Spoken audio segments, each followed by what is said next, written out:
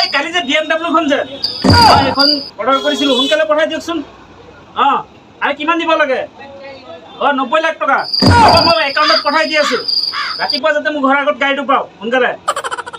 যেতিয়া সি ৰাস্তা দি যায় কুকুৰ এটাও নুভুকে এতিয়া দুটা হাতত দুটা মোবাইল BMW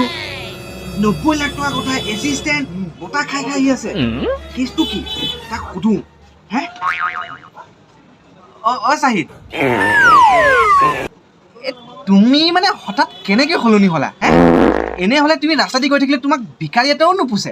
বেয়া নাপাবা আজি একেবাৰে হঠাৎ সলনি হৈ গ'লা 90 লাখ টকাৰ কথা দুটা হাতত দুটা মোবাইল এচিষ্টেণ্ট ৰাখিছা কি কৰিছা অকণ আমাকো জনোৱাচোন বাৰু কিবা লটাৰী লাগিল নেকি একো লটাৰী লগা নাই এই দেউতা মাটিখিনি যে আছে